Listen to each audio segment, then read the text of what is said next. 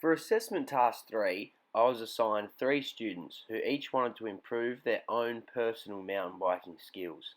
The work integrated learning sessions were supposed to go for 4 weeks, but unfortunately the beginning of my placement fell on the last lesson, so I was only able to conduct 3 sessions. I will begin this video by describing the basic overview of my program before going into a detailed breakdown of each weekly session. I was assigned 3 Year 10 students called Riley, Jacob and Francis. I had originally planned to develop fundamental mountain bike skills focusing on balance, coordination, gear changing and brake control. However, after a discussion with the students and a diagnostic assessment, I quickly realised that my plans would need to change as these lads were all proficient mountain bikers already, with especially Francis and Jacob appearing to possess high technical skill already. Each of my lessons was based around the 6 steps of direct instruction. 1. Being prepared. 2. Establishing success criteria. 3. Building a hook. 4. Guided practice. 5. Independent practice. And 6. Lesson closure. Throughout the program, I utilised diagnostic, formative and summative assessments. I used several different feedback methods throughout this program. They included task intrinsic feedback, so that's more about a student's sensory information that's naturally and readily available, so visual, auditory, proprioceptive, tactile. And then more I focused on augmented feedback. So the 2 main types of that are knowledge of results and knowledge of performance. Knowledge of results is externally presented information about the outcome of performing a skill. So it's more like, I might say, you wheelied for 2 meters then, instead of talking about how they wheelied. Knowledge of performance is more about the how, and I focused on this more. It's externally presented information about movement characteristics that lead to the performance outcome. So, for example, I might have said to a student, that endo didn't quite get up high enough because you were not leaning your weight forward over the handlebars and rising up out of your saddle of your seat. I also used video replay feedback. So I focused on knowledge of performance while using these video replays to help show students what they could do better to complete the skill. I asked my students to provide me with feedback on the quality of my instruction and what they thought was and wasn't working. I did this throughout the session as well as with reflective questions at the end of each lesson. I used this feedback to attempt to improve the quality of my own instruction. I based my lesson planning and learning sequences around the 5 Australian curriculum links seen on the screen in front of you. To start lesson 1, we introduced ourselves and had a quick chat about the school and how they were finding Year 10. We then moved on to diagnostic assessment. I asked them some questions on mountain biking. These questions included: have you ridden a bike before? Do you have your own bike? Where have you ridden before? Have you ridden the school's bikes much? What skills can you already do?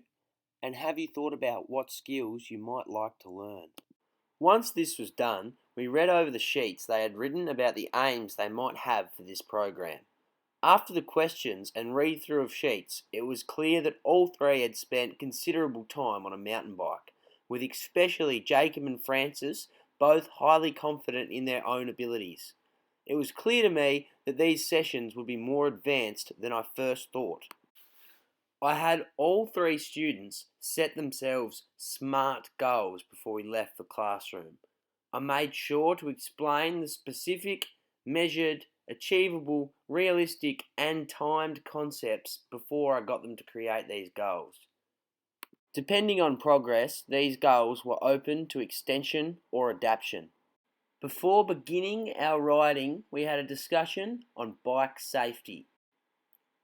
During this first session, we worked on wheelies, track stands, American hops, endos, as well as basic bike control. I used my own knowledge of mountain biking as well as professional instructions sourced from the internet to help guide them through the skills. I tried to use knowledge of performance feedback rather than knowledge of results, particularly in the early stages. I used video feedback by filming them attempt their skills and then showing them their attempts. After we had ridden and worked on skills, both Jacob and Francis decided they would set the bar higher for their wheelies, aiming now for 15 metres. This was due to the improvement they had in a single session alone. We packed away the bikes and equipment and went back to class for the final briefing. During this briefing, I asked these questions. I took in their feedback and we had a final relook over our SMART goals. I then set them homework of watching tutorials of the skills they were hoping to get better at, and as well as trying to find some new skills they might like to learn. Prior to the second lesson, I wrote out detailed instructions of the skills the boys were striving to achieve or improve. I printed these copies out and brought them with me for reference as we were going through the session. Before we started the lesson, we again reflected on our goals and what we needed to do to try and achieve them. We again went over the safety points for the day before heading out to jump on the bikes.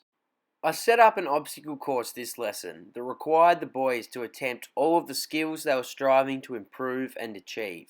The obstacle course included a wheelie runway, a cone to try an American hop over, a track stand zone, and an endo zone. I timed them doing this obstacle course and added time penalties if the skill was not completed properly. Over the course of the lesson, all three students' times and skill completion rates improved. I used a more advanced method of video feedback in this lesson as I filmed the students performing the skills and then showed them a video of a professional performing the skill side by side with them. I used my laptop to do this. We then discussed our goals throughout the lesson, with all of our students managing to achieve all of their goals at least once. However, none of the students were getting all of their goals every single try, so we strived to work on consistency. We packed the bikes away and went back to class for a reflection on the session. All three students were excited after much success from all involved. I stressed the importance of maintaining focus and set homework for them to think of how they could surpass their goals and what they could do next week to ensure improvement. Before the end of the session, I asked them the questions shown on the screen. At the start of week 3, we discussed how the students would need to teach another student some of the skills they had learned. I asked each of the boys to pick a skill they were most confident with, and that would be the skill they would teach to another student. Riley went with the endo, Jacob went with the wheelie, and Francis the bunny hop. After they had formulated a plan for their own lessons the next week, when I was going to be away on prac, we went over our goals again and went outside with the bikes to go and see if we could achieve them. All three students were able to achieve their goals as they were able to complete each skill at least twice in the final session. Once we had ticked off our goals, we worked on teaching each other the skills they were going to be teaching another student the next week.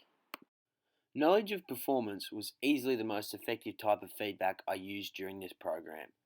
Video replay combined with knowledge of performance allowed me to point out critical information. I saw major improvements from all three students shortly after using these methods.